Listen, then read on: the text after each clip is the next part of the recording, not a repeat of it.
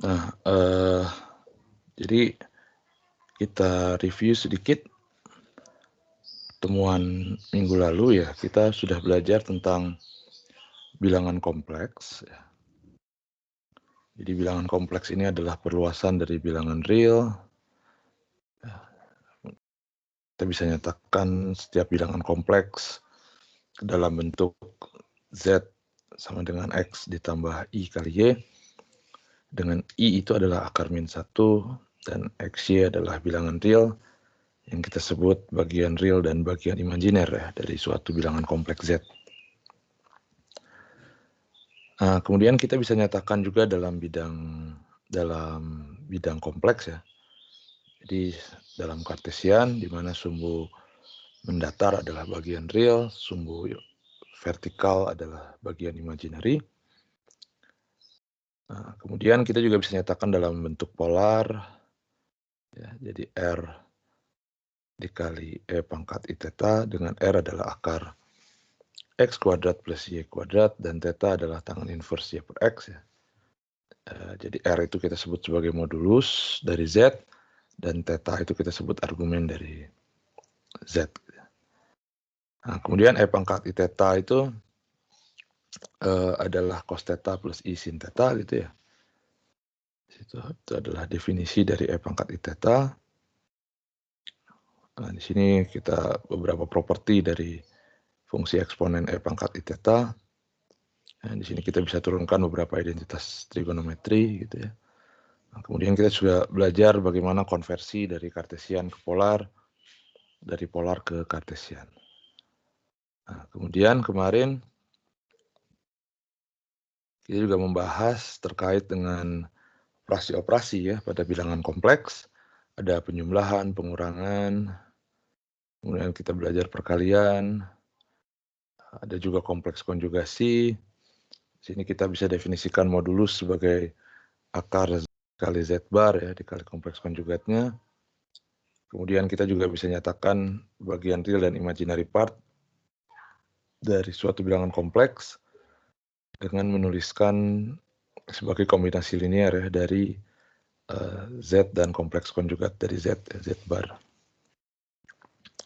Nah, di sini kita dapatkan identitas yang cukup penting yaitu cos theta sama dengan E pangkat I theta ditambah E pangkat minus I theta dibagi 2 dan sin theta sama dengan E pangkat I theta minus E pangkat minus I theta per 2I. Kemudian ada pembagian ya. Kemudian juga ada pangkat di sini. Nah, ini kita pangkat dianggap sebagai dengan n yang bulat tentunya itu sebagai perkalian berulang ya. Ini kita juga belajar langsung mengalihkan atau konversi dulu ke polar ya. Nah, kemudian terkait dengan akar.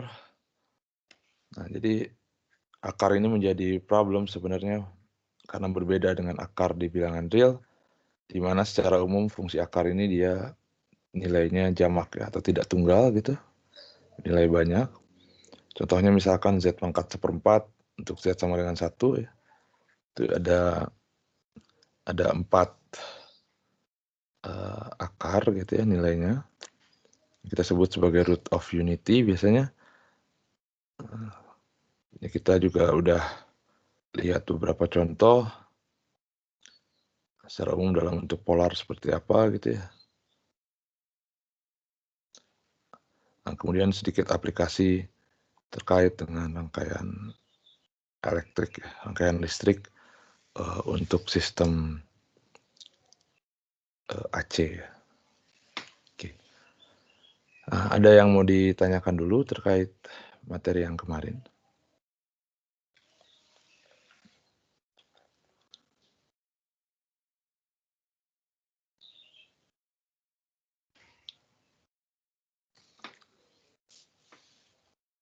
Tidak ada?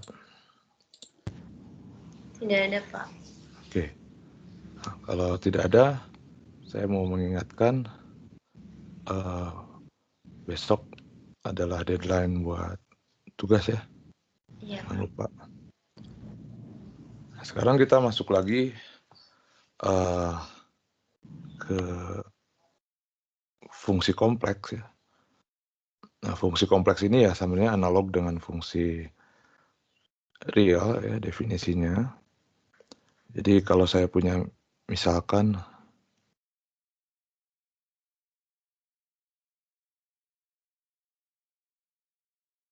f adalah suatu fungsi kompleks ya. Suatu fungsi kompleks di sini. Jadi maksudnya adalah inputnya adalah bilangan kompleks ya.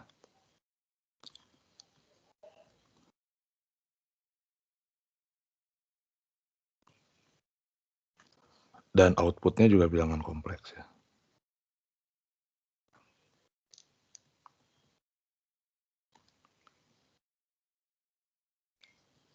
Bilangan kompleks. Biasanya kita tuliskan jadi F itu adalah mapping dari bilangan kompleks ke bilangan kompleks gitu ya. Nah, contohnya banyak ya. Jadi misalkan fungsi-fungsi biasa ya. Jadi kalau saya punya fz itu misalkan adalah bentuknya polinom z kuadrat misalkan ya. Atau fz untuk yang lain misalkan sin z gitu ya. Jadi fungsi trigonometrik. Nah, kita belum definisikan sebenarnya sin z itu seperti apa. Nanti kita bicara di situ. Fz bisa juga fungsi rasional gitu ya, 1 plus Z plus 5 misalkan. Nah, jadi mirip sih ya dengan fungsi biasa. Nah, tapi yang jelas setiap fungsi kompleks ya, karena dia outputnya juga bilangan kompleks, maka kalau saya punya Z sama dengan X plus Y itu adalah bilangan kompleks gitu ya, plus Y, maka saya punya FZ, fungsi kompleks, itu juga karena outputnya bilangan kompleks ya, jadi kalau argumennya kompleks, secara umum dia outputnya juga kompleks. Nah, maka ini juga bisa kita nyatakan ke dalam bentuk U ditambah I, V, X, Y gitu ya.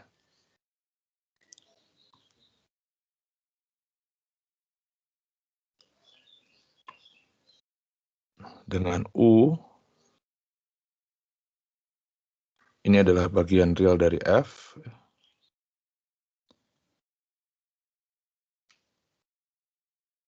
Bagian real dari F, jadi U itu kita katakan sebagai real part dari F. Dan sama kalau yang V itu adalah bagian imajiner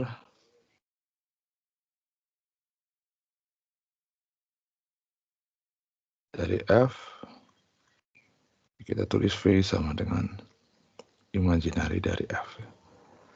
Jadi sama halnya dengan fungsi dengan bilangan kompleks gitu ya, bahwa setiap fungsi juga kita bisa nyatakan sebagai real dan imaginary gitu ya. Tentunya sekarang UXY itu adalah fungsi real dua variabel, ya, fungsi X, Y, dan V juga sama ya, dia fungsi real dua variabel. Jadi kita bisa tuliskan di sini secara umum bahwa U itu adalah fungsi dua variabel dan dia bernilai real gitu, dan V juga sama, fungsi dua variabel real dan outputnya adalah bilangan real gitu ya. Nah, misalkan untuk 3 kasus contoh kita di atas ini, seperti apa real dan imaginary part-nya. Nah, di sini saya ambil contoh. Nah, misalkan tadi FZ yang pertama adalah Z kuadrat gitu ya. Nah, karena Z itu adalah X plus Y, maka saya bisa tuliskan dalam bentuk seperti ini, dikali X plus Y, sama dengan jadi apa nih? X kuadrat minus Y kuadrat, langsung aja ya, ditambah 2I atau I dikali 2X kali Y. Nah, jadi kita punya, ini adalah real part-nya, dan 2XY ini adalah imaginary part-nya ya. Nah, seperti ini. Nah, terus bagaimana dengan yang kedua apa tadi? Sin Z ya. Sin Z sama dengan sin X plus Y. Nah, kita ada beberapa cara gitu ya sebenarnya. Paling ya ada beberapa cara. Kita bisa gunakan rumus penjumlahan sin ya. Sebenarnya ini salah satu cara di mana saya punya sin A plus B itu adalah jadi sin X, sin X cos Y ditambah sin Y dikali cos X gitu ya. Nah, yang jadi masalah adalah ini sebenarnya, kalau yang ini nggak ada masalah karena X-nya real, maka sin X adalah fungsi yang kita kenal biasa. Cos X juga sama, karena X-nya real itu dia jadi fungsi cosinus biasa. Nah, yang jadi problems adalah yang ini, karena di sini argumennya adalah imaginary ya. Nah, bagaimana kita menghitung kosinus atau sinus sudut yang imaginary?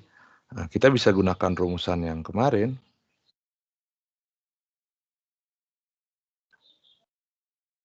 Mana tadi kemarin?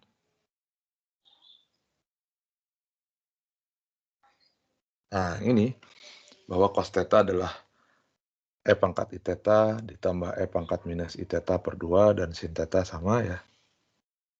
Nah, jadi saya bisa tuliskan di sini. Saya punya cos IY itu berarti E pangkat I dikali IY ditambah E pangkat minus I dikali IY dibagi 2. Tuh. Nah, karena I kali I adalah E pangkat min 1 ya. Jadi saya punya di sini E pangkat minus Y ditambah E pangkat Y per 2. Dan ini tidak lain adalah fungsi kosinus H Y ya, kosinus hiperbolik. Untuk sama sin Y sama dengan E pangkat I dikali Y minus E pangkat minus I dikali Y per 2I. Dan ini sama dengan E pangkat minus Y kurang E pangkat Y dibagi 2I. Dan ini adalah I sin hiperbolik Y. Jadi ini bisa kita tuliskan jadi sama dengan sin X cos hiperbolik Y ditambah I sin atau cos X dikali sin hiperbolik Y. Jadi ini adalah U-nya, ini adalah V-nya. Nah, atau Anda juga bisa gunakan langsung ya dari definisi sin itu adalah E pangkat I theta gitu ya, ditambah E pangkat minus I theta per 2I gitu ya.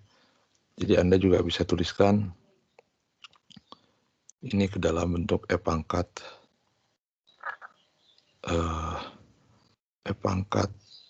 IZ gitu ya, dikurangi E pangkat minus IZ dibagi 2I gitu ya. Nah, boleh juga.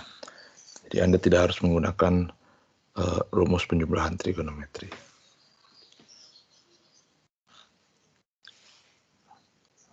Ada pertanyaan dulu?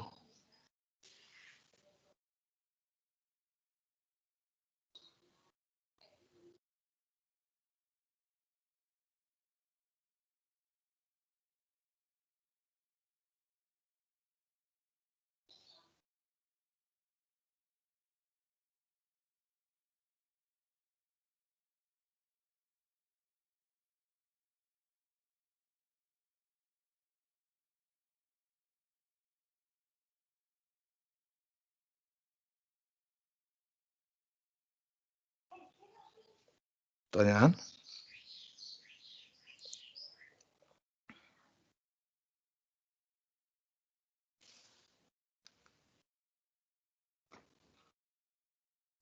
Nggak ada? Oke. Bentar, Pak. Ya. Saya masih bingung yang contoh satunya, Pak. Kenapa? Masih belum yang I-nya kenapa bisa dapat 2XY. Oke. Jadi ini sebenarnya kita kali-kaliin biasa. Kalau saya kali-kalikan, ini kan jadi X kuadrat ditambah I dikali XY berarti kan ya gitu. Oh iya. Ditambah I dikali X ditambah Y kuadrat ya, berarti begitu? Oh, I kuadratnya jadi min 1 ya, Pak ya? Ya, I kuadratnya jadi min 1, betul. Jadi makanya di situ yang realnya X kuadrat min Y kuadrat. Dan yang ini jadi 2I XY begitu.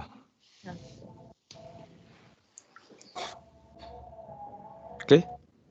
Iya, Pak. Ada lagi yang mau ditanyakan?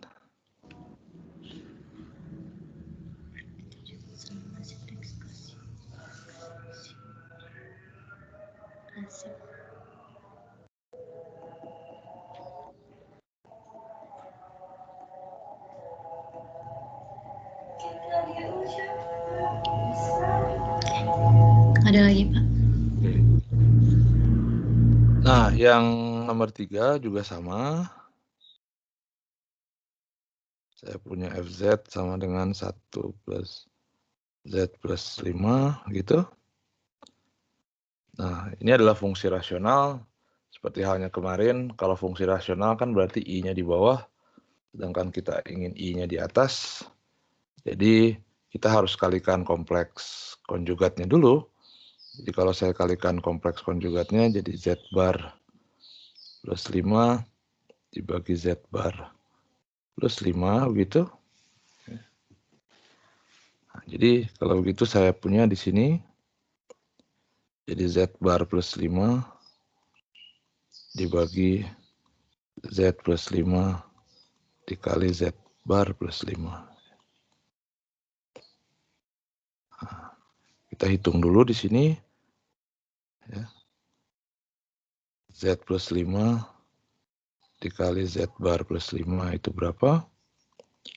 Saya kalikan satu-satu saja, saya punya Z kali Z bar ditambah 5 Z ditambah 5 Z bar ditambah 25. Nah, ini sama dengan ZZ bar. ZZ bar itu adalah Z kuadrat ya. Ditambah 5, atau saya bisa tuliskan begini ya. 10 dikali Z plus Z bar per 2 ditambah 25. Itu. Ini adalah real part dari Z. Jadi saya bisa tuliskan Z kuadrat ditambah 10 dikali real dari Z ditambah 25 Atau saya bisa tuliskan di sini, ini adalah x kuadrat plus y kuadrat ditambah 10x ditambah 25.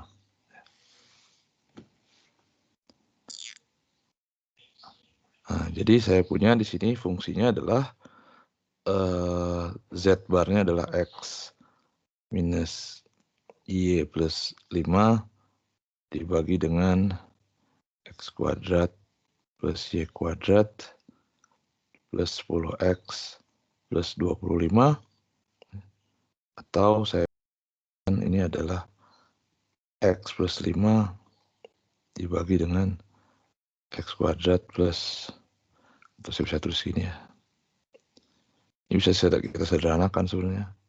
Jadi x plus 5 kuadrat ditambah y kuadrat. Ini jadi x plus 5 kuadrat plus y kuadrat ditambah atau dikurang ya. Minus y dibagi dengan x plus 5 kuadrat ditambah y kuadrat. Nah, ini adalah u-nya. Ini adalah v-nya ya. Kira-kira begitu. Saya geser sedikit, biar nggak terlalu mepet.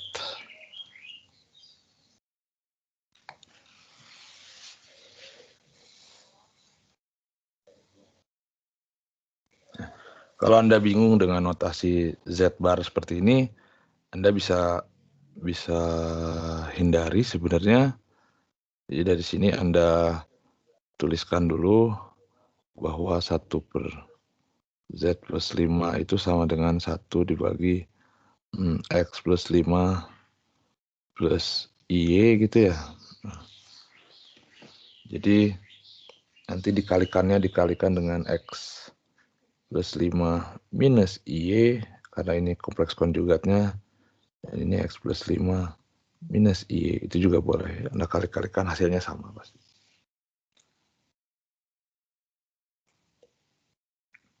Oke. Nah, jadi ada contoh beberapa terkait dengan fungsi kompleks, dan dia selalu kita bisa nyatakan dalam dalam bagian real dan bagian imaginary part ya. Sama seperti bilangan kompleks pada umumnya ya, karena dia outputnya memang kompleks.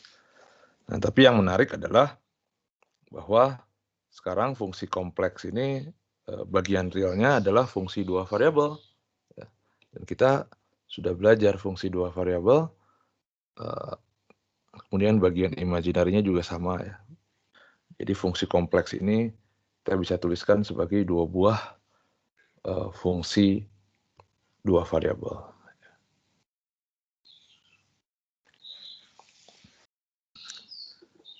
Nah,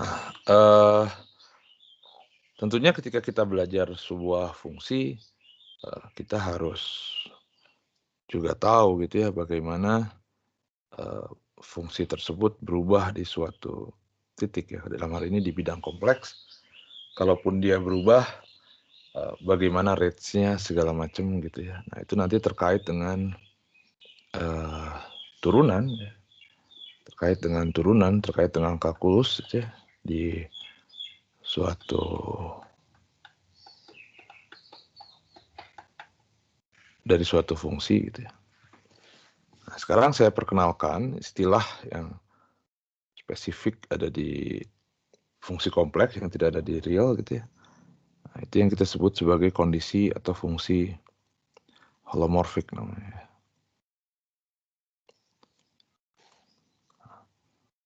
Nah, fungsi holomorfik ini nanti memberikan syarat terkait dengan apakah suatu fungsi itu dia punya turunan gitu ya di sana, di suatu titik gitu ya.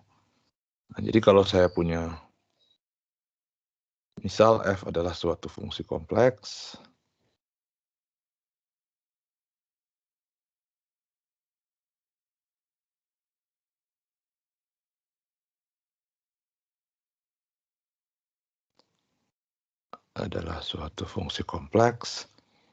maka saya punya inputnya adalah z x plus y dan fz ya tentunya adalah ux, y ditambah iv x, y ya seperti yang tadi.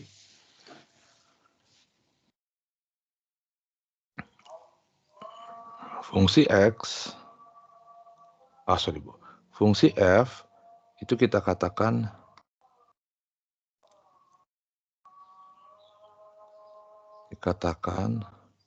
sebagai fungsi holomorfik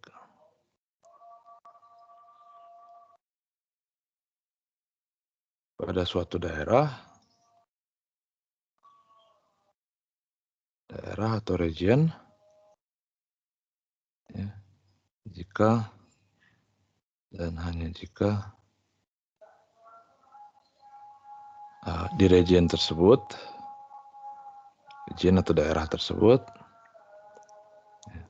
F itu memenuhi kondisi berikut. Ya.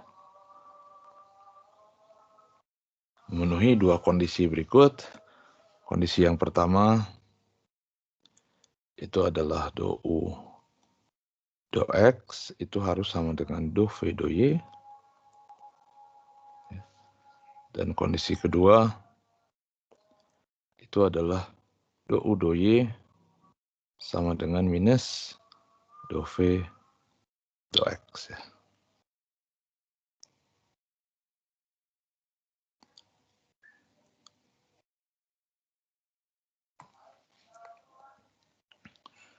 Nah, syarat ini itu dikenal sebagai kondisi Cauchy-Riemann namanya.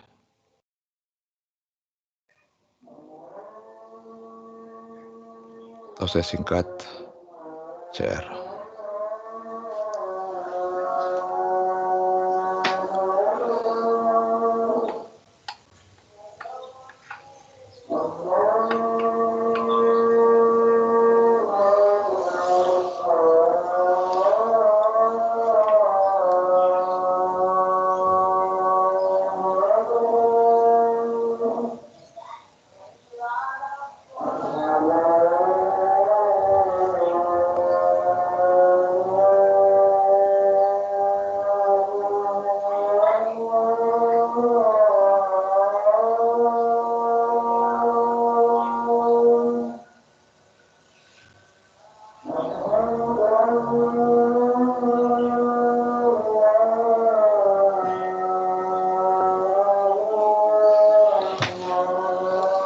Oke. Nah, jadi sekali lagi fungsi holomorfik ini nanti menjadi syarat apakah suatu titik itu dia punya turunan gitu ya di daerah tersebut sebenarnya. Nah, sebenarnya fungsi holomorfik ini itu terkait dengan apa yang kita sebut sebagai fungsi analitik gitu ya. Jadi ini terkait dengan apa yang disebut sebagai fungsi analitik.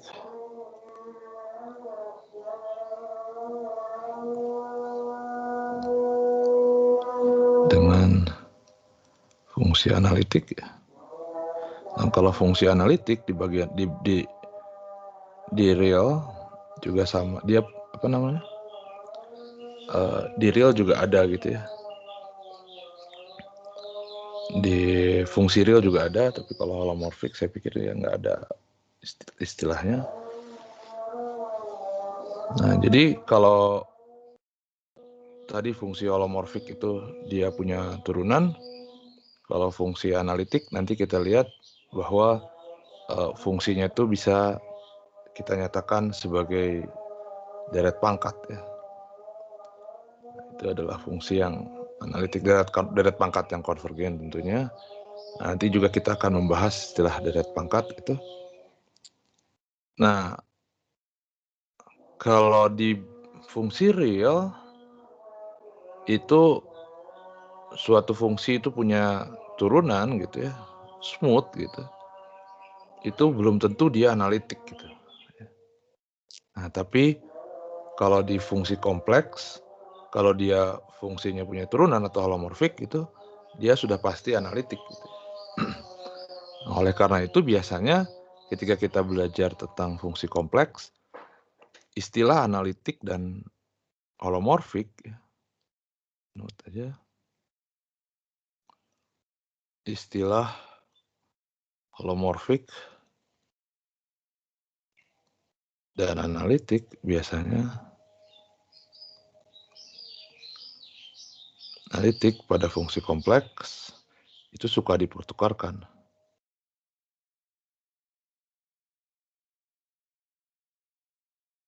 Itu suka dipertukarkan ya. Nah, karena dia ya sebenarnya dia imply yang lain gitu. Satu tuh imply yang lain.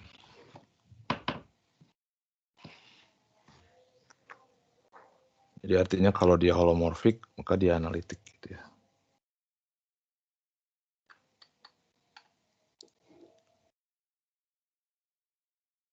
Nah, sekarang sebelum kita bicara lebih jauh terkait dengan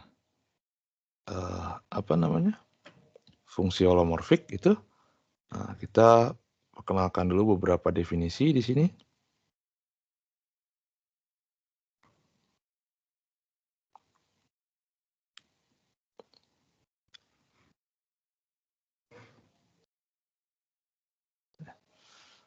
Yang pertama, titik Z sama dengan A itu dikatakan sebagai titik regular gitu ya.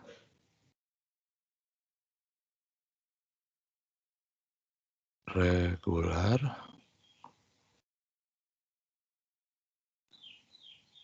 dari F.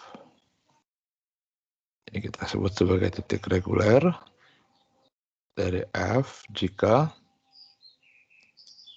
FZ itu analitik ya atau holomorfik di Z sama dengan A. Nah, sedangkan kebalikannya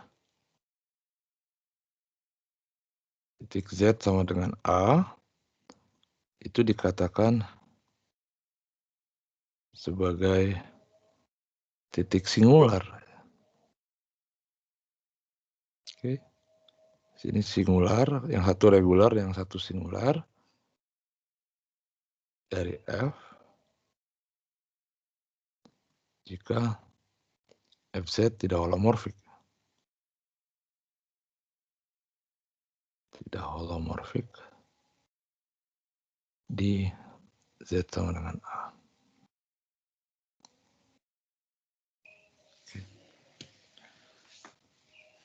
Nah, jadi kalau dia tidak holomorfik atau tidak punya turunan di Z sama dengan A, maka dia kita katakan sebagai titik singular. Ya. Nah, nanti kita akan selama 2 minggu ke depan, minggu ini dan minggu depan kita bakal banyak sekali memanfaatkan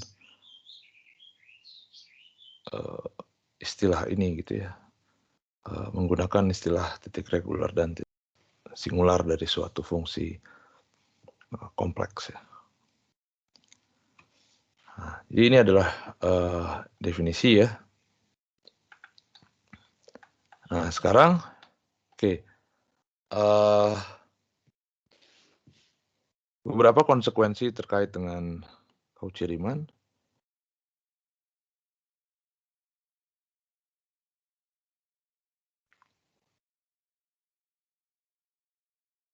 Dari Cauchy-Riemann.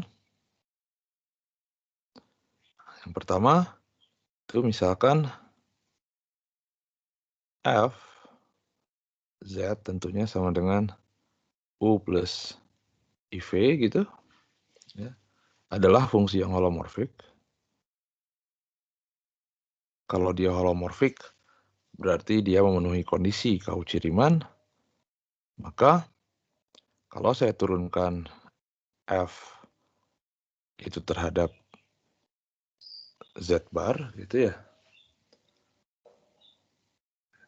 Nah, kalau saya turunkan F terhadap Z bar, maka saya punya do U do Z bar ditambah I do V do Z bar.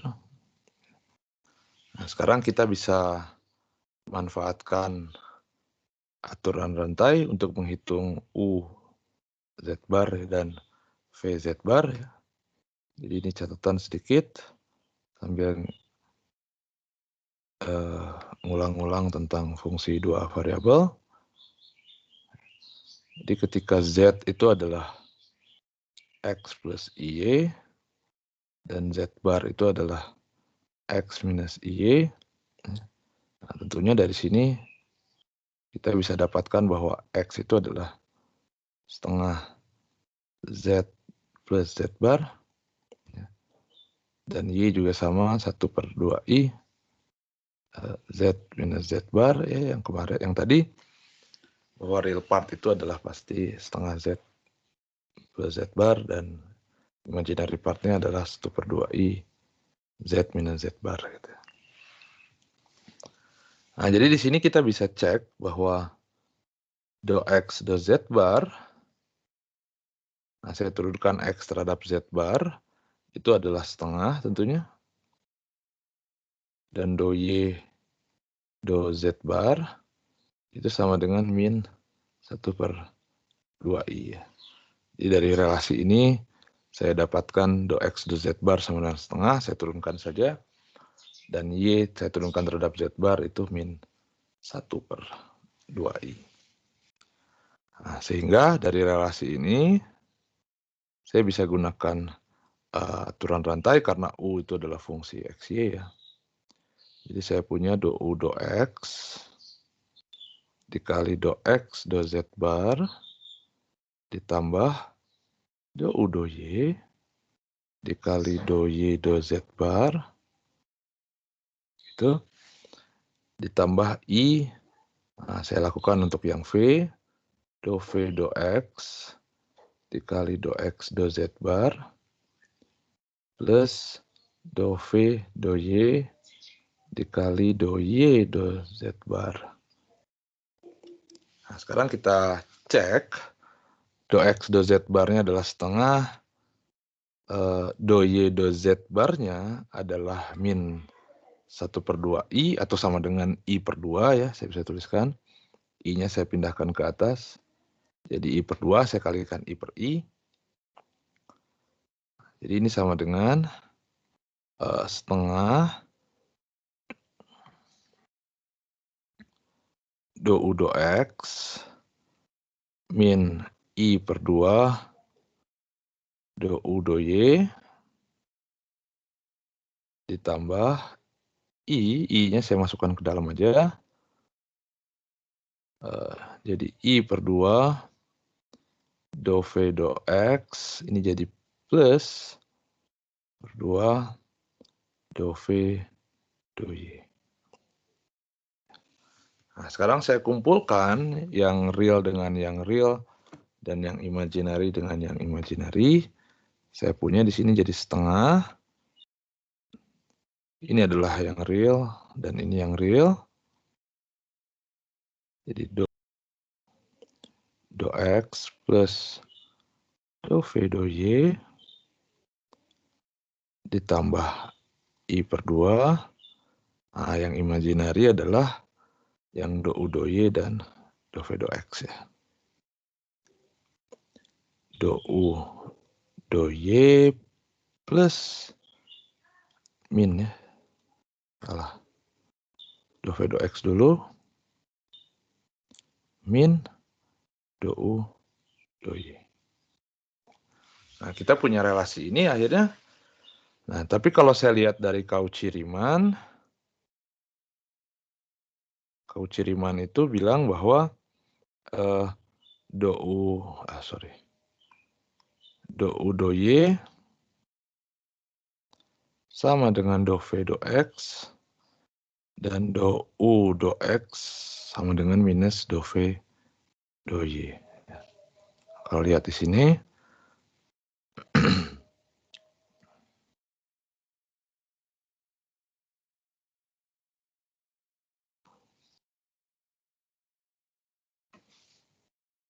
sebentar, saya ada yang salah nih.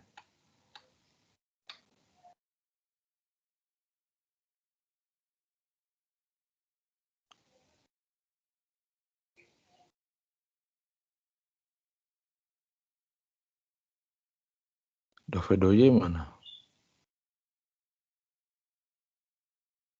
Oh ya, I kali I minus ya.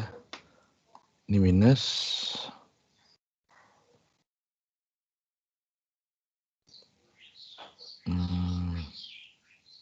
Ini I per 2. Ya, benar. Jadi ini minus.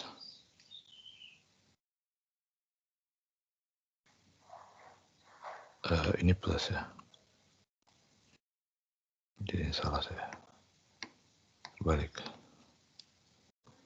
Do U do X sama dengan do V do Y. Do U do Y sama dengan do V minus do V do X ya. Jadi ini sama dengan 0. Dari CR pertama, dari Cauchy Riemann pertama. Dan ini juga sama dengan 0 dari Cauchy Riemann kedua. Jadi saya dapatkan ini sama dengan 0.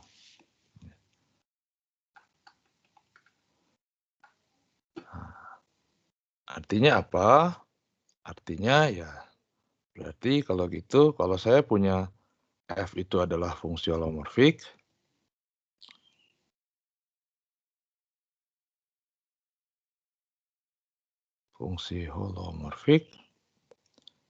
itu maka F tidak boleh bergantung pada Z bar.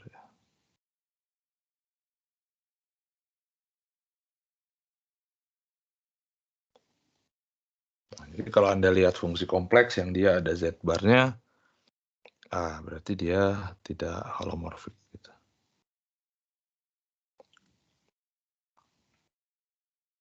Oke.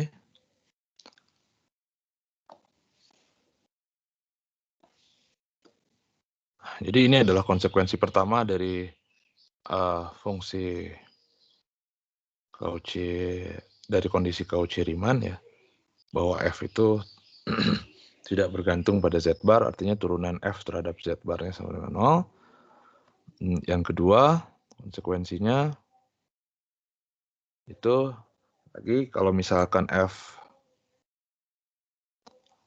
sama dengan U plus IV itu holomorfik, maka sekarang kalau saya start dari Cauchy Riemann bahwa do U do X itu sama dengan do V do Y. Kemudian ini saya turunkan terhadap X. Jadi saya punya do U kuadrat do X kuadrat sama dengan do kuadrat V do X do Y gitu. Kemudian do U do Y sama dengan minus do V do X. Nah, kalau saya turunkan lagi, ini jadi do kuadrat U do Y kuadrat sama dengan minus do kuadrat V do Y do X gitu. Nah, kalau saya jumlahkan, ya, di sebelah kiri karena turunan parsial itu dia komutatif ya. Ini sama dengan 0. Jadi akhirnya saya punya do kuadrat U do X kuadrat ditambah do kuadrat U do Y kuadrat sama dengan 0. Dan ini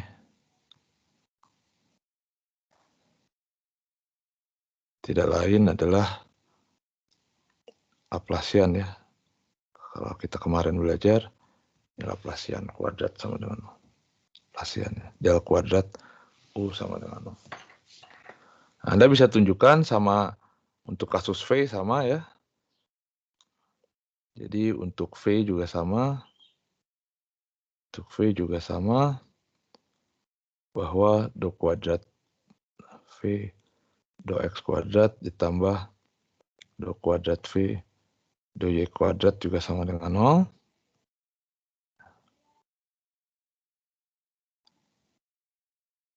Nah, ini berarti saya punya del kuadrat V itu juga sama dengan 0 ya. Dia memenuhi persamaan ini disebut sebagai persamaan Laplace ya. Jadi kalau Laplacian suatu fungsi skalar sama dengan 0 itu kita sebut sebagai persamaan Laplace gitu ya. Nah, ini sebenarnya tidak akan kita bahas lebih jauh, tapi saya sebutkan saja di sini kalau saya punya dua buah fungsi yang memenuhi persamaan Laplace, itu maka U dan V kita katakan sebagai fungsi harmonik ya.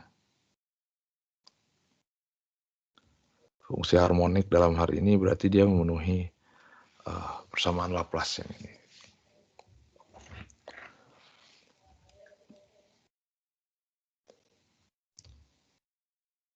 Oke, nah ini adalah konsekuensi dari persamaan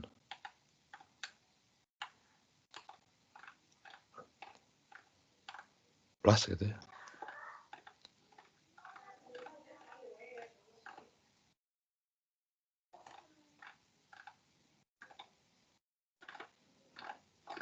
Nah, sekarang saya ambil contoh lagi.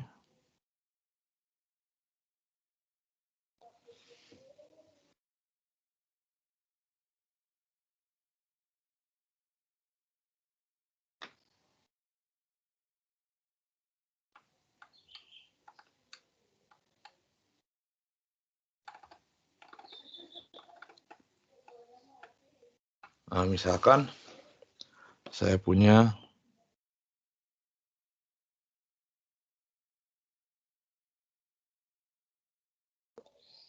Fz sama dengan Z kuadrat gitu ya.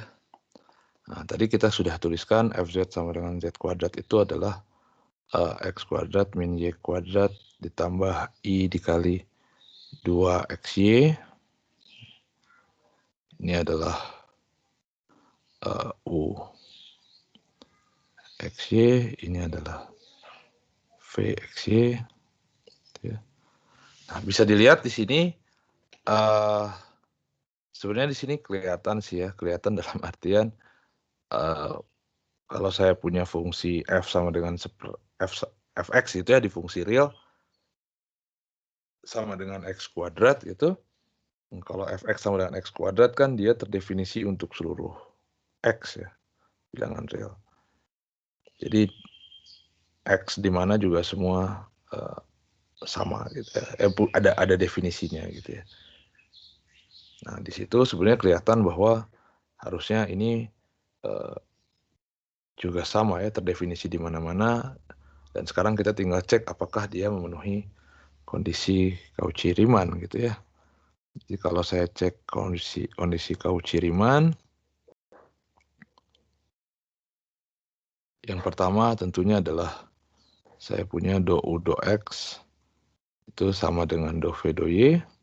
Nah, sekarang kita cek do U do X berapa tuh?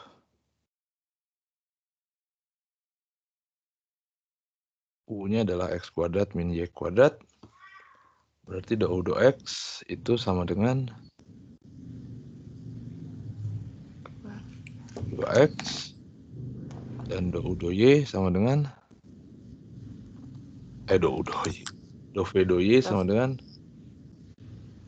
V-nya adalah 2XY sama dengan 2X. Jadi dia cocok, dia memenuhi kondisi Cauchy-Riemann yang pertama. Nah, kondisi Cauchy-Riemann yang kedua, do U do Y itu harus sama dengan minus do V do X. Nah, sekarang cek do U do Y berapa?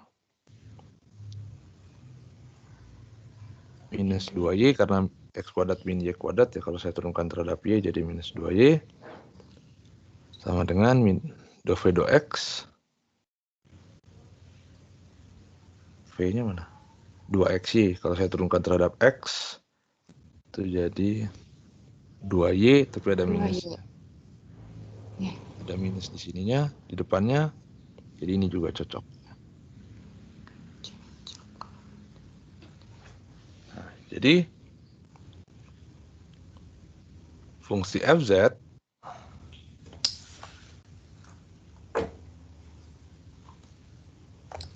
z kuadrat itu dia memenuhi Cauchy Riemann itu ya, itu di mana-mana. Di mana-mana. Artinya di seluruh region, di seluruh bidang kompleks ya. Seluruh bidang kompleks.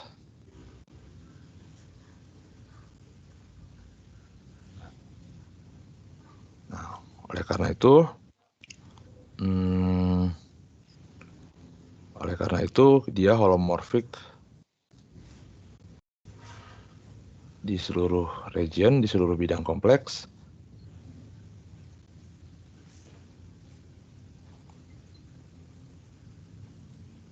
Nah, kalau dia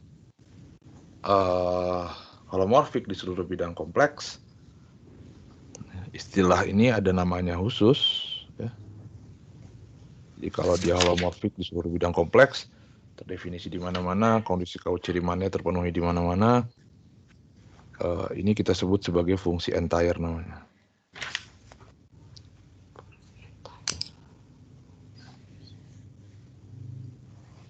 Saya nggak tahu bahasa Indonesianya apa fungsi entire.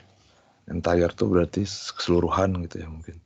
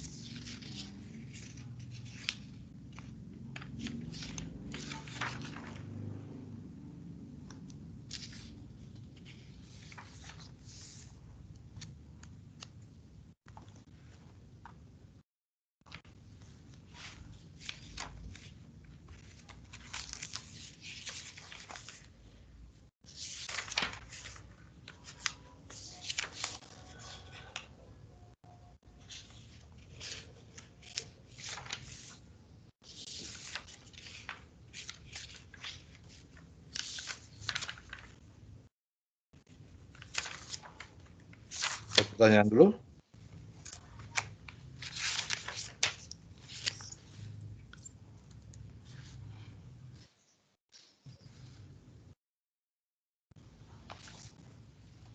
Pak, saya mau bertanya, Pak. Silahkan. Yang di awal, Pak. Boleh. Di bagian awal yang di contoh kedua, Bapak. Boleh. Yang fungsi Z, sin Z sama dengan sin X tambah Y itu ya, Pak ya. Saya masih kurang memahami, Pak, di sini di bagian kenapa dia dapat sin X cos Y ya itu kalau nggak salah. Ini datang dari definisi sin A plus B. Jadi ingat kalau saya punya sin A plus B, itu kan rumusnya adalah sin A cos B plus cos B sin A gitu. Jadi rumus trigonometri biasa, tapi A-nya diganti X, B-nya diganti I kali Y gitu. I kali Y gitu ya. Makasih, Pak. Sama-sama. Ada lagi?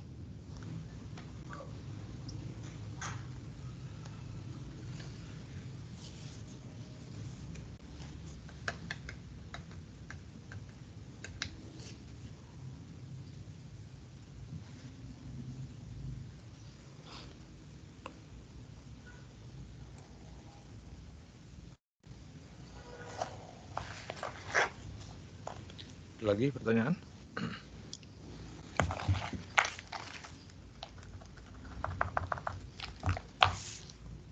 Nggak ada?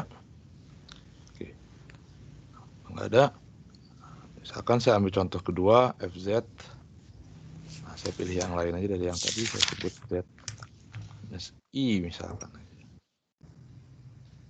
Kalau FZ sama dengan Z minus I, nah berarti kan kita harus tuliskan dulu UV-nya ya, ya bagian real dan bagian imaginary part-nya. Jadi bisa kita kali-kalikan atau saya bisa pecah dulu. Ini saya tuliskan ke dalam bentuk 1 dibagi X plus Y minus I, ya, atau sama dengan 1 dibagi X plus Y min 1 gitu ya. Seperti itu. Nah, kemudian saya kalikan kompleks konjugatnya. Ingat kompleks konjugat berarti saya kalikan dengan I-nya diganti jadi minus I, X minus I, Y min 1, X minus I, Y min 1.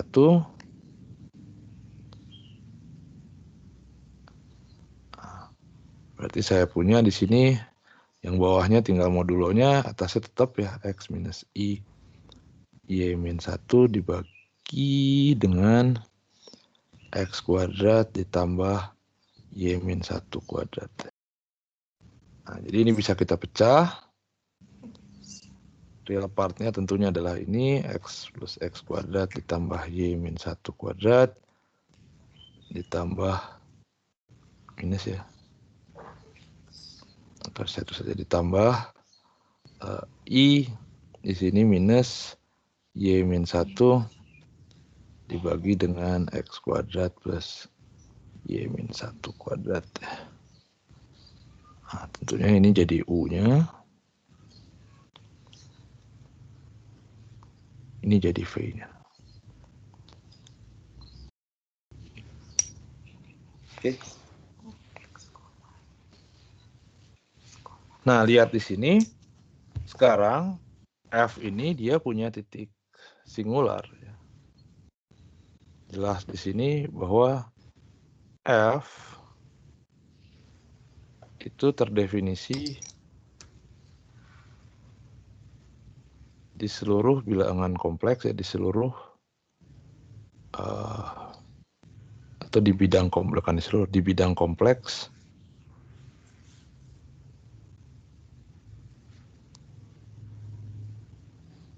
kecuali di Z sama dengan I. Nah, kalau di Z sama dengan I kan bawahnya jadi 0. Nah, ya kan nggak boleh kalau 0 ya. Nah, jadi artinya di sini kalau saya gambarkan bidang kompleks ya. Nah, kalau saya gambarkan bidang kompleks, ini real, ini imaginary. Nah, ini Z sama dengan I misalkan di sini. Nah, di seluruh bidang kompleks itu kecuali di Z sama dengan I, dia tidak terdefinisi gitu ya. Nah, tidak terdefinisi. Nah, jadi kita harus bagi, atau saya inilah ya. Kita harus bagi regionnya di sini berarti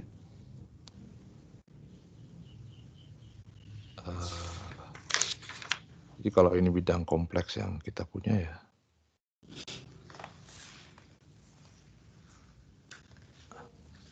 Saya pindahkan ke sini. Saya ganti jadi warna hitam. Kemudian saya bikin lingkaran.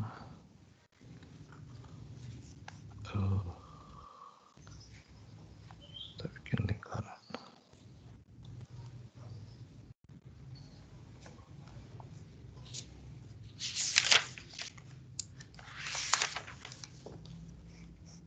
Saya pakai warna merah.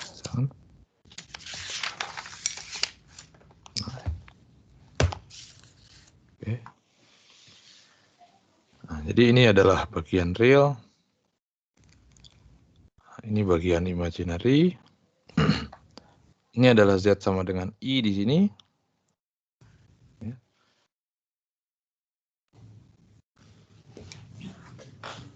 Nah, ini tentunya adalah yang merah ini, itu adalah lingkaran X kuadrat plus Y kuadrat sama dengan 1, gitu ya, jadi jadinya 1 pasti. Nah, tapi saya tahu X kuadrat plus Y kuadrat adalah Z kuadrat. Jadi ini kita bisa tuliskan juga sebagai bentuk ini ya. Lingkaran modulo dari Z sama dengan 1 ya.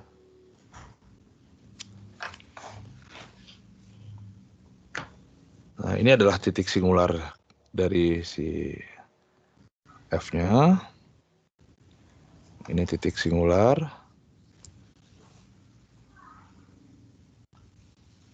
Titik singular dari F. Nah, sekarang jadi regionnya itu terbagi menjadi 2 region ya, 2 daerah. Pertama adalah daerah di dalam lingkaran ini. Ya. Yang kedua adalah daerah di luar lingkaran. Ya.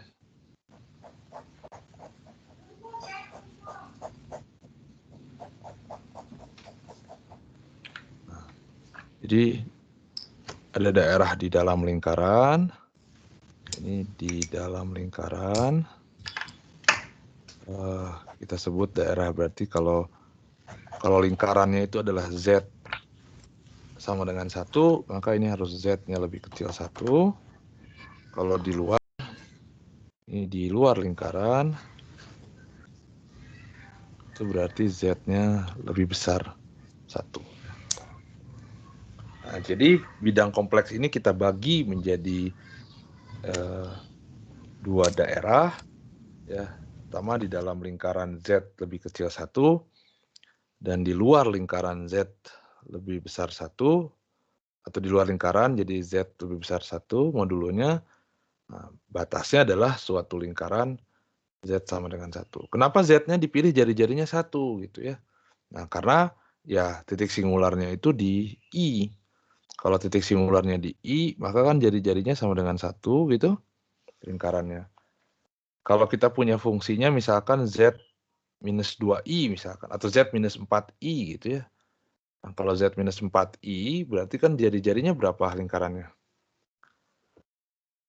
Karena dia di 4I singularnya, nah berarti jari-jarinya 4 gitu ya.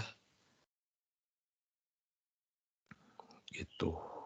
Kalau Z minus 2I misalkan gitu. Nah, berarti jari-jarinya karena titik singularnya di Z sama dengan 2I, maka titik singularnya di 2I, maka boundary-nya lingkarannya adalah lingkaran dengan jari-jari 2 gitu ya. Nah, jadi ini sebenarnya bisa datang dari sini ya barrier-nya, batasnya. Karena dia titik singularnya di Z sama dengan I begitu. Nah, kalau saya hitung modulusnya ini Z sama dengan modulus dari I tentunya sama dengan 1 gitu ya. Nah, ini jadi lingkarannya makanya Z sama dengan 1. Oke.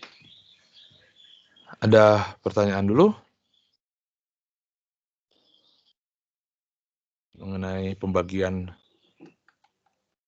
bidang ini. Nah, nanti ini kita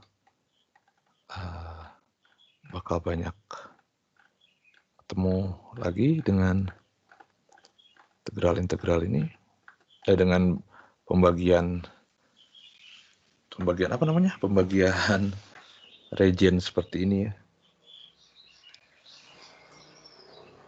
Nah, jadi karena dia singular di Z sama dengan I ya, nah, maka kita harus cek Cauchy Riemann-nya juga di daerah dalam dan daerah luar gitu ya. Nah, sekarang kalau saya cek kondisi Cauchy Riemann-nya yang ini saya kasih hitam dulu batas. Jadi kalau saya cek Cauchy Riemann-nya, Cauchy Riemann pertama tentunya adalah U do X sama dengan do V do Y. Nah, U-nya adalah X dibagi X kuadrat plus Y min 1 kuadrat. Jadi kalau saya turunkan, saya punya apa tuh? Terhadap X. Jadi 1 dikurangi 2x kuadrat per x kuadrat plus y min 1 kuadrat dikuadrat gitu ya. Nah, kalau yang y saya turunkan terhadap y, hasilnya adalah apa hasilnya?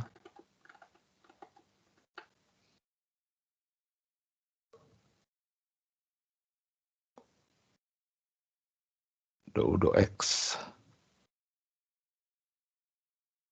Oh, ini saya salah ya. Sebentar.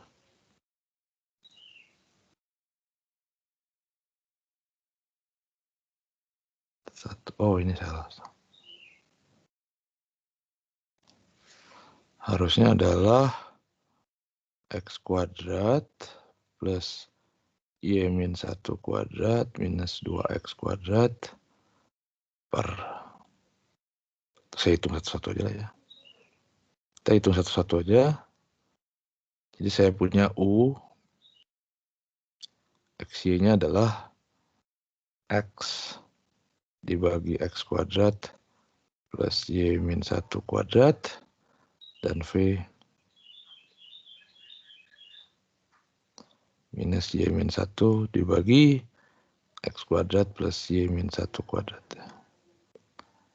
Jadi kalau saya hitung do X sama dengan apa do X?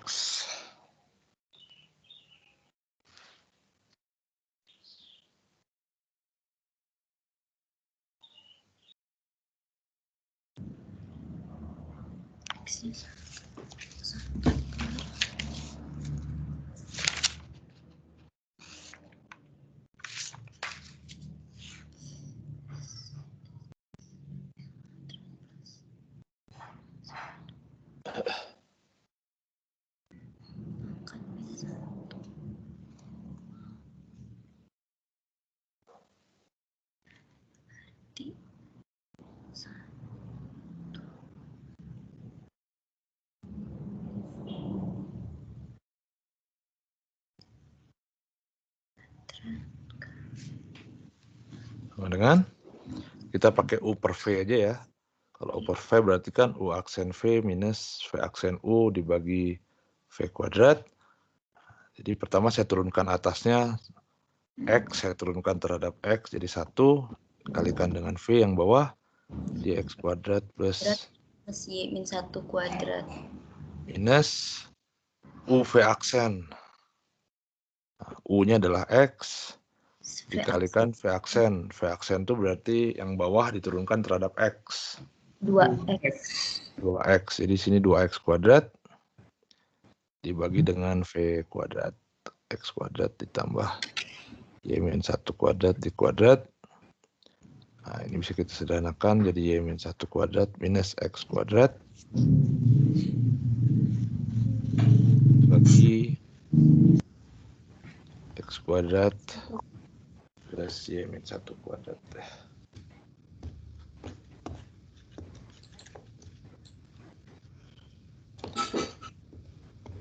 Ah, sekarang itu do X, sekarang do Y. Lagi kita pakai pembagian. U aksen berarti X diturunkan terhadap Y, itu 0 jelas ya? Iya. 0. Minus X dikali 2Y min 1 berarti ya? Bener nggak? Turunan bawahnya terhadap Y kan? Per X kuadrat. X kuadrat plus Y kuadrat Y min 1 kuadrat diturunkan terhadap Y. Nah, X kuadratnya kan 0 turunannya. Nah, Y min 1 kuadrat diturunin apa? Terhadap Y. Ya, 2 kali Y min 1. Iya. 2 Y min 1. Bawahnya sama.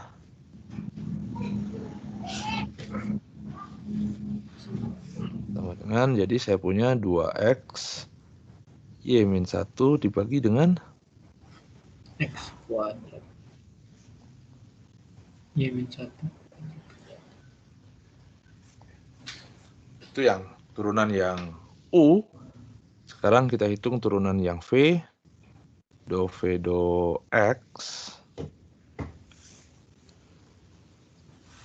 Atasnya 0. Tentunya Y min 1 diturunkan terhadap X itu sama dengan 0.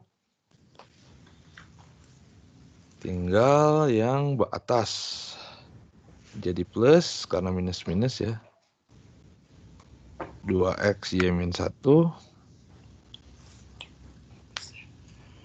X kuadrat.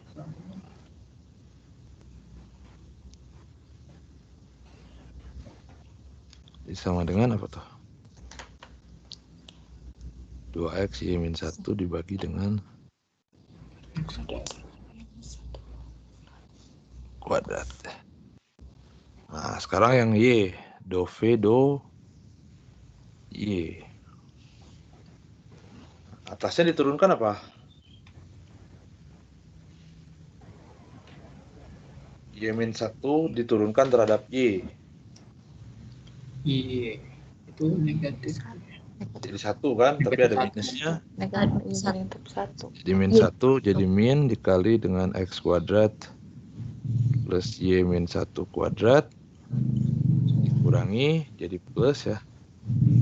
Y min 1 dikali yang bawah kaliin terhadap Y min 1. Terturunkan terhadap Y.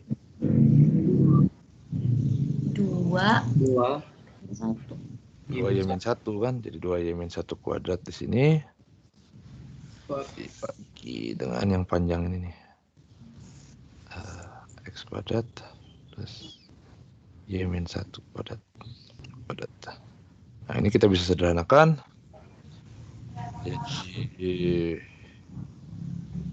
minus min X kuadrat plus Y min 1 kuadrat dibagi dengan Y min 1 kuadrat. Dah tuh 4-4-nya. Kita tinggal cek dia memenuhi Cauchy Riemann atau enggak gitu.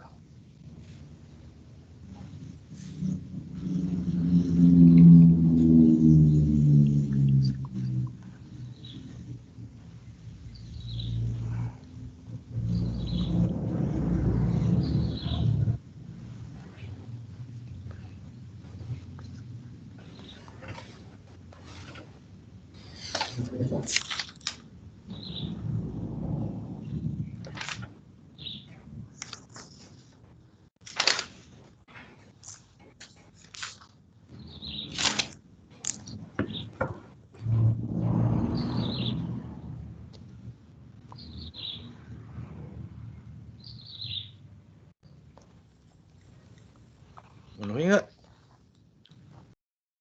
Yang pertama kan do U do X harus sama dengan do V do Y.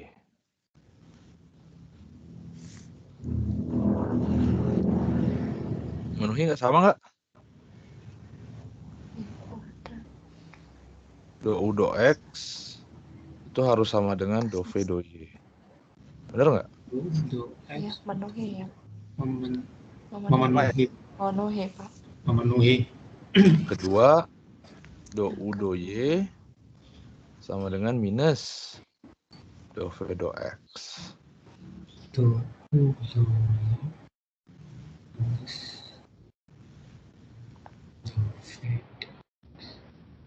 memenuhi. Oh iya. Yang ini kan sama, kecuali beda negatif doang kan ya? Iya. Ya, Jadi ini juga. sama. Jadi kalau gitu, fungsi ini itu dia memenuhi Cauchy Riemann, gitu ya. Memenuhi Cauchy Riemann, artinya dia holomorfik. Nah, tapi karena regionnya terbagi sekarang, jadi dia holomorfik di dalam. Dia holomorfik di dalam sini, dia holomorfik. Di luar juga dia holomorfik. Holomorfik.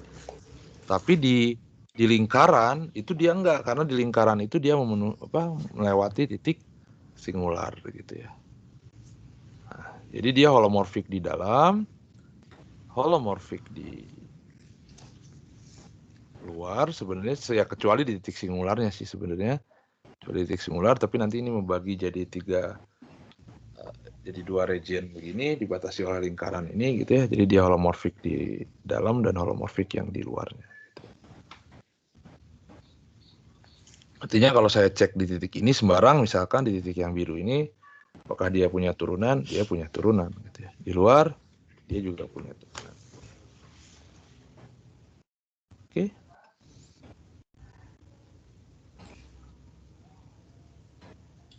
Nah sekarang kita sudah tahu, nah bagaimana kita mencari turunannya gitu sebenarnya.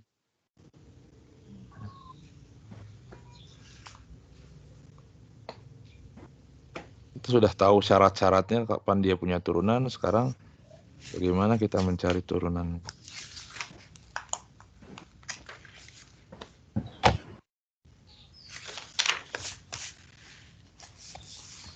Ya pada dasarnya sebenarnya turunan fungsi kompleks sama aja sih. Dengan turunan yang biasa sebenarnya mirip lah. Jadi misalkan F itu adalah fungsi kompleks.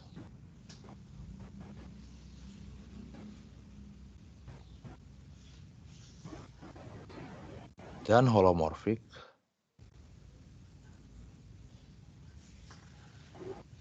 dia ada region D misalkan. Region D.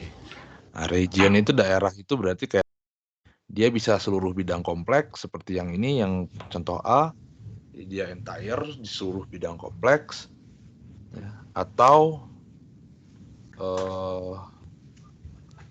dia region yang ini misalkan dia di region Z lebih kecil 1 di dalam lingkaran, atau Z lebih besar 1 dia di luar lingkaran gitu ya. Jadi daerahnya bisa apa saja, yang jelas di situ harus terjamin bahwa dia holomorfik gitu ya.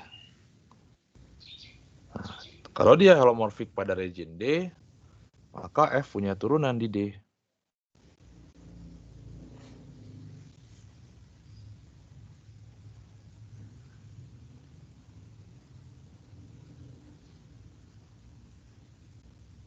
Nah, kalau saya punya F Z itu tadi dengan U XY plus I VXY, nah, dengan cara yang sama seperti kita menurunkan, mana sih tadi? Mana hilang? Nah, dengan menurunkan yang ini terhadap Z bar, ini saya copy lagi supaya nggak lupa. Copy.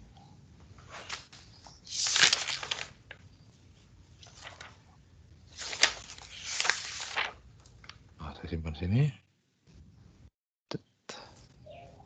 Nah, karena sekarang kita pengen menghitung terhadap Z, jadi kalau saya hitung terhadap Z,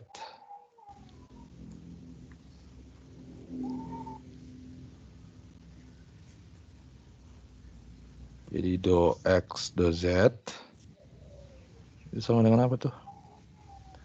9,5 ya.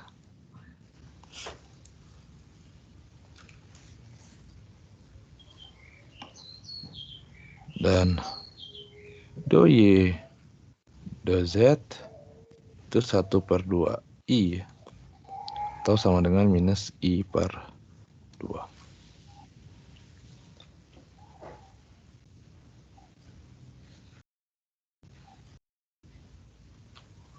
Jadi do F do Z, kalau kita cek,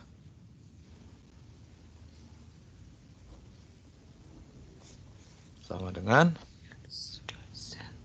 DU dz plus I dV dz. Nah, kita bisa gunakan aturan rantai lagi tadi.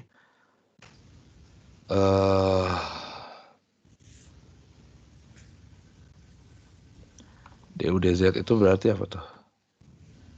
do U do X, do X do Z, plus do U do Y do Z, plus I, do V do X do Z, Dua ya. do V do Y do Z.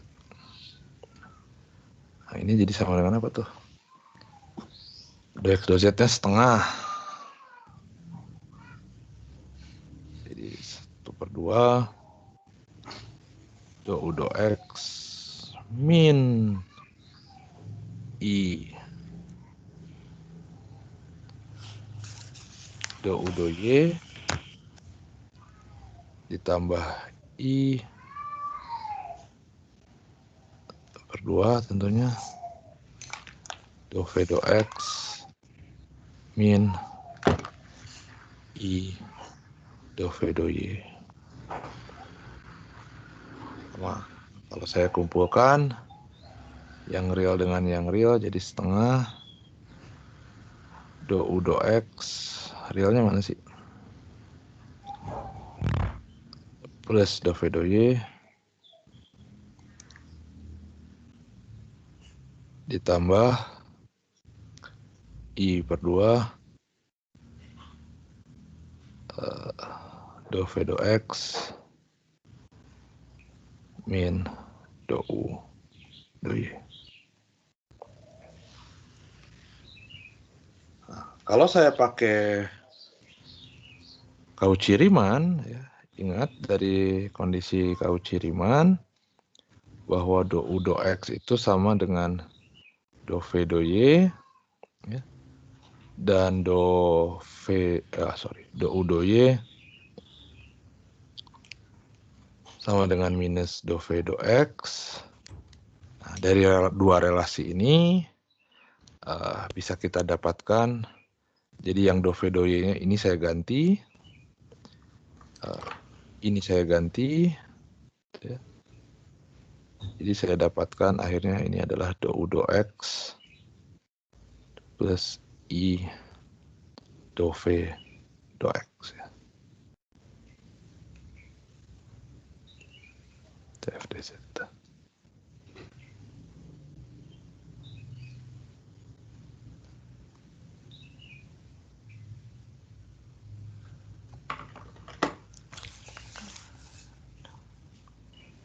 Nah, jadi ini adalah turunan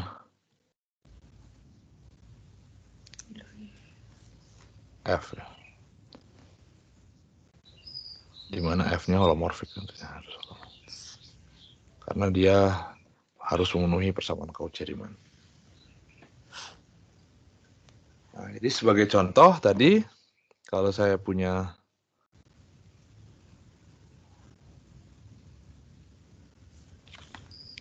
FZ-nya adalah Z kuadrat, tadi tentunya adalah X kuadrat min Y kuadrat plus I dikali 2XY. Ini adalah U-nya. Ini adalah V-nya. Jadi turunan dari F.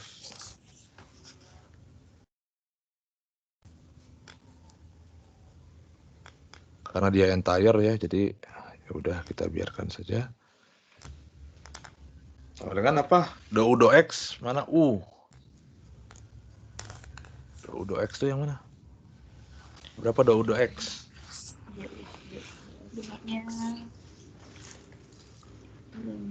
X. 2X. 2X.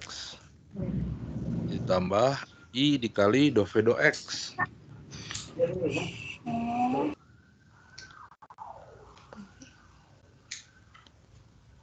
Berapa do V do X? V do X 2.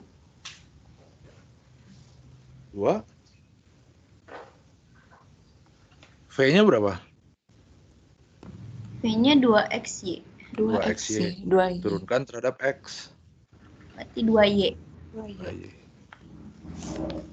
Nah, ini jadi turunan dari F terhadap Z. Tapi yang menarik adalah kalau saya buka, ini duanya saya keluarkan, ini kan jadi X plus Y. Tapi X plus Y itu adalah Z. Ini sama dengan 2. 2Z. Jadi akhirnya DF DZ-nya berapa? 2Z. Jadi kan hampir mirip sebenarnya dengan yang apa? Dengan yang fungsi real. Kalau saya punya F-nya, kalau real X kuadrat diturunkan jadi 2X. Kalau ini Z kuadrat diturunkan jadi 2Z. 2Z. Nah, tapi apakah berlaku untuk yang lain? Misalkan kita coba untuk kasus yang lebih inilah ya. Yang tadi, ini adalah sin Z. Ini adalah sin X cosinus hiperbolik Y tambah I sin hiperbolik Y cos X. Ini adalah U-nya.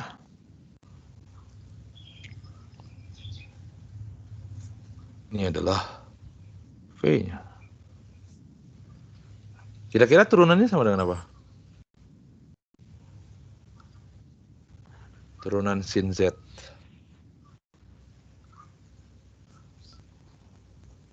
Kalau mau nebak sama dengan apa?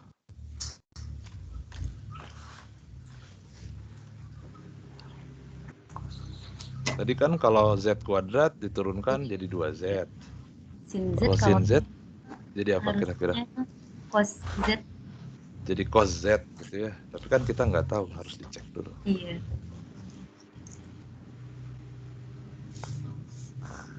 Kita coba aja dulu. Berarti kan DF DZ itu sama dengan U diturunkan terhadap X. Apa tuh kalau U do X?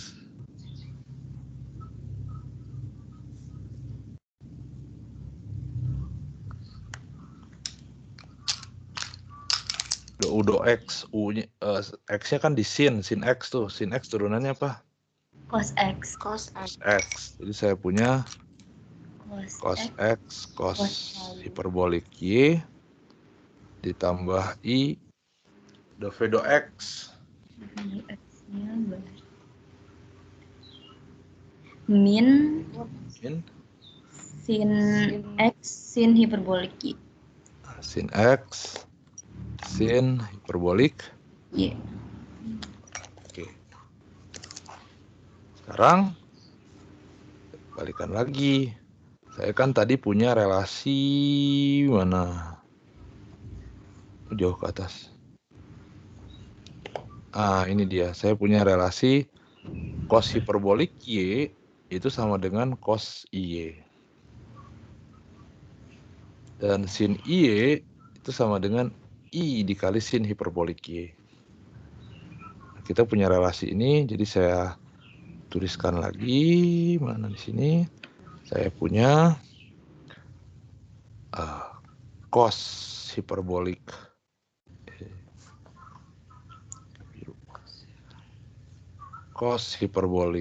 Y itu sama dengan cos I kali Y, dan sin hiperbolik Y ada I di depannya, itu adalah sin I kali Y.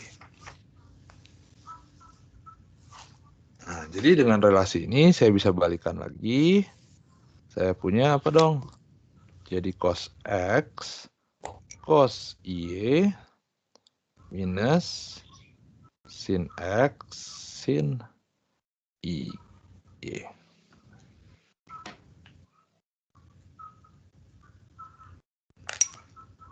Nah, ini patternnya gini nih, cos minus sin itu sama dengan apa?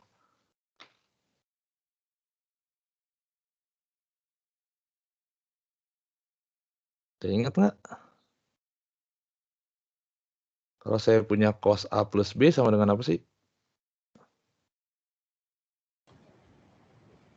Ingat nggak? Sama dengan cos A, cos B, minus sin A, sin B. Nah, ini karena patternnya sama, jadi ini adalah cos X plus I kali Y. Nah, tapi X plus Y adalah Z tentunya. Ini jadi adalah cos Z. Cos Z. Jadi turunannya adalah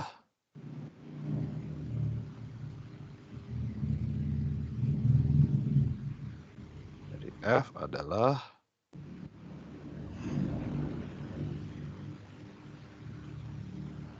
cos. Cos Z. Jadi sebenarnya bisa kita simpulkan akhirnya di sini. Jadi ya meskipun kita cuma ngambil 2 contoh saja, tapi berdasarkan kedua contoh di atas,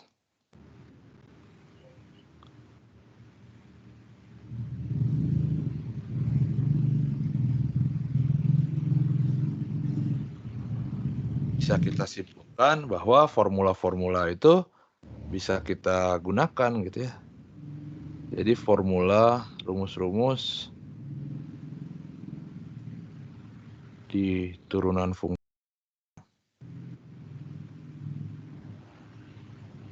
serial itu dapat digunakan gitu ya.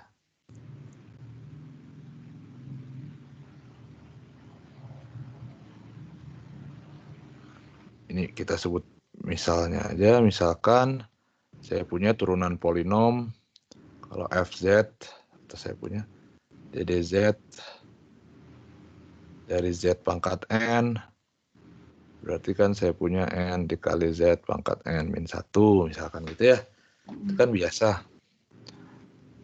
Jadi kalau z pangkat 4, jadi turunannya adalah 4z pangkat 3 gitu ya, biasa. Kemudian misalkan berlaku juga aturan perkalian.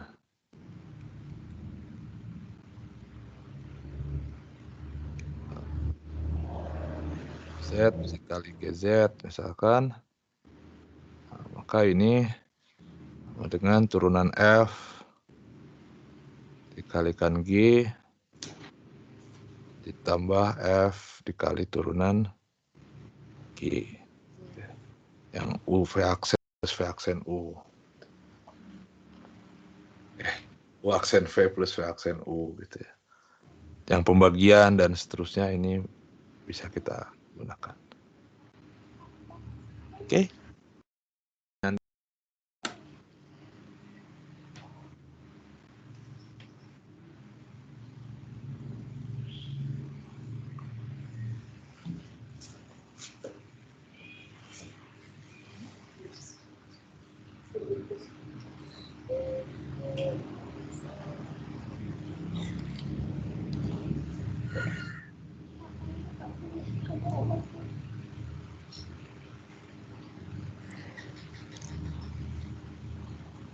Berarti sifat turunannya sama dengan turunan fungsi yang biasa ya Pak ya? Iya, betul. Mirip lah. Kebanyakan sebagian besar itu bisa kita pakai. Gitu ya. Yang biasa kita pakai. Turunan sin adalah cos, turunan cos adalah min sin, gitu ya. Turunan e pangkat tetap e pangkat, itu biasa. Perkalian ya dikalikan satu pakai yang u aksen v plus v aksen u gitu. Kalau dibagi jadi u aksen v minus v aksen u dibagi v kuadrat gitu segala macam. Itu semua bisa kita pakai. Oke. Nah, tapi yang saya ingin tekankan itu adalah bahwa tidak semua fungsi itu bisa punya turunan gitu. Maksudnya tidak semua fungsi itu punya turunan di semua daerah gitu ya. Artinya tidak semua fungsi itu adalah entire gitu. Nah, kita harus bagi menjadi beberapa region gitu ya. Si bidang kompleks ini kadang-kadang kita harus bagi jadi beberapa region, terutama kalau kita punya titik singular di situ. Ya, titik singular yang jelas-jelas terlihat memang singular gitu ya. Jadi dia fungsinya memang tidak terdefinisi di titik tersebut gitu ya. Nah, kalau fungsinya tidak terdefinisi di titik tersebut, nah kita bikin lingkaran terhadap terhadap titik nolnya. Nah, itu kita bisa bagi kita bisa bagi regionnya ke dalam, yang di dalam dan di luar misalkan gitu ya. Sebenarnya kita tidak harus bilang begitu gitu ya. Jadi kalau saya misalkan gambar lagi bidangnya gitu, ini real, ini nanti penting sebenarnya bagian ini. Jadi ini kalau ini adalah I, ini adalah titik singularnya. Kalau saya punya beberapa region, misalkan saya punya region yang ini gitu ya. Nah, apakah F holomorphic di region ini? Oh iya, F holomorphic di region ini gitu ya. Kenapa? Ya karena di semua titik di region ini, di region yang merah ini disebut D1 misalkan, ya, D1 ini dia titik-titiknya semua holomorphic gitu ya. Apakah di sini dia holomorphic? Di daerah D2 misalkan, oh iya di D2 dia juga holomorphic gitu ya. Karena di semua titik sepanjang D2 dia holomorphic gitu ya. Memenuhi Cauchy-Riemann maksudnya. Nah, tapi kalau saya bikin region di sini D3 misalkan, di mana D3 itu dia terkandung titik singular, nah, apakah di D3 itu dia holomorphic? Ya dia enggak gitu ya, karena ada satu titik di dalam region D3 di mana dia tuh singular gitu ya. Oke, nah ini pembagian region ini D1, D2, D3 ini dia menjadi penting nanti apakah di dalam titiknya itu ada titik singular atau tidak gitu ya. Itu menjadi penting nanti ketika kita membahas integral gitu ya. Nah, kita sudah bahas turunan, nanti kan tinggal bahas integralnya. Nah, ketika bahas integral, pembagian region ini jadi cukup penting gitu ya. Nanti kita lihat hari apa kita ketemu lagi deh. Rabu ya. Iya. Kita ketemu lagi hari Rabu. Kita akan bahas mengenai integral dari fungsi kompleks. Nah, integral dari fungsi kompleks itu dia mirip sekali dengan integral garis ya. Integral garis yang kita sudah pelajari waktu itu ya. Termasuk nanti kan ada teorema Green segala macam.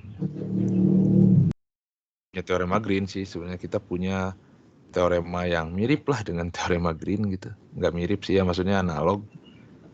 Nggak analog juga sih. Ya maksudnya seperti lah gitu ya. Itu namanya teorema Cauchy untuk itu.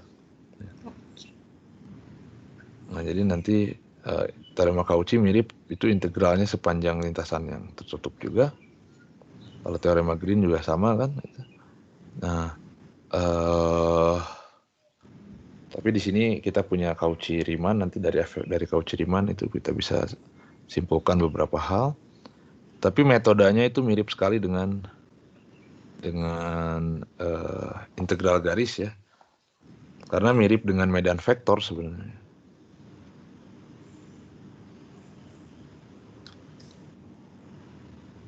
Mirip dengan medan vektor di dua dimensi sebenarnya fungsi kompleks. Jadi kalau saya punya fungsi kompleks kan Fz itu adalah U XY ditambah I VXY gitu ya. Nah, terus kita punya bidang kompleks, real imaginary. Nah, tapi saya juga di satu sisi saya punya medan vektor misalkan di dua dimensi I plus FY XY J dan bidang dua dimensi juga X. Nih, jadi dia analog banget gitu ya, mirip gitu, bukan analog sih. Mirip, jadi di sini ada dua komponen, bagian real dan bagian imaginary. Yang ini adalah komponen arah X, ini komponen arah Y. Gitu. Nah, kalau di bidang real, kalau di bidang kompleks, sumbunya real imaginary, kalau ini adalah sumbu XY horizontal vertikalnya. Gitu. Nah, nanti kita bisa lakukan integrasi sepanjang lintasan, gitu, sepanjang kontur, ini juga sama. Gitu. Analog lah formatnya. Oke, tanya dulu. Jadi hal yang penting adalah pertama tadi terkait dengan pembagian Cauchy-Riemann tentunya ya. Kemudian pembagian region ini dan kesimpulan bahwa properti-properti dari turunan di fungsi real itu bisa kita pakai.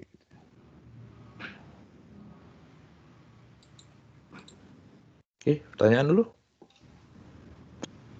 Oh ya Pak, untuk OneNote-nya belum tersinkron di kami Pak.